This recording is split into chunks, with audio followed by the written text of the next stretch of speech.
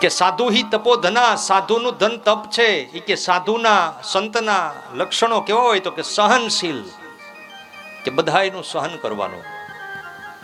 કોઈ માન આપે તોય ભલે ને ન આપે તોય ભલે, કોઈ સત્કાર કરે તોય ભલે ન કરે તોય ભલે. માન અને અપમાન, અમાની માનદો માન્યો લોકસ્વામી ત્રિલોક ધ્રુક. આ જગતની અંદર માનની જરૂર ન હોય. એ કે ભગવાનને કોઈ દી માનની જરૂર છે? ભગવાનને આપણે એમ કે મારે પગે નથી લાગવું, તો ભગવાન એમ કે મને કેમ પગે ન લાગ્યો? ભગવાનને માનની જરૂર નથી. તો આપણે એના જેવું બનવું પડે. કે આજે આપણે ક્યાંક જાય તો આપણને એમ થાય કે અમે જાય તો કોઈક ઊભું થઈ જવું જોઈએ ને અમને માન આપવું જોઈએ.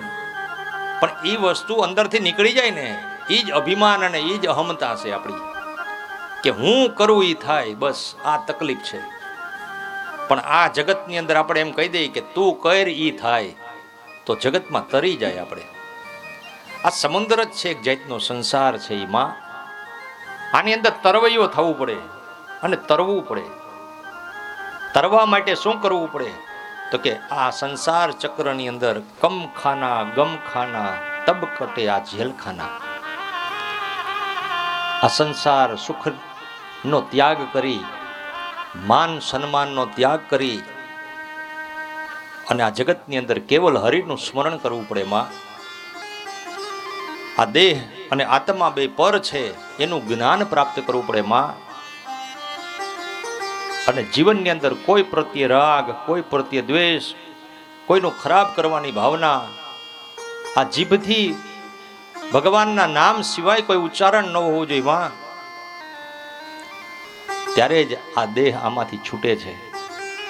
આ દેહ આવ્યો છે ને મનુષ્યનો અવતાર, એના દ્વારા ભગવાન આ પૂર્વ જન્મમાં જે કાંઈ કરેલા કર્મ હોય એનું ફળ આપે છે આપણને. આજ ઘણા લોકો એવું હોય કે કાંઈ કામ ન કરતા હોય તોય સવારથી સાંજ સુધીમાં લાખો રૂપિયા કમાતા હોય, અને કોક બિચારો મજૂરી કરતો હોય, આખો દિવસ રાતને દી, તડકે તાપ વરસાદ રેકડી ચલાવતો હોય, છતાંય હાંજ પડે ને તો 100 રૂપિયા જ કમાતો હોય.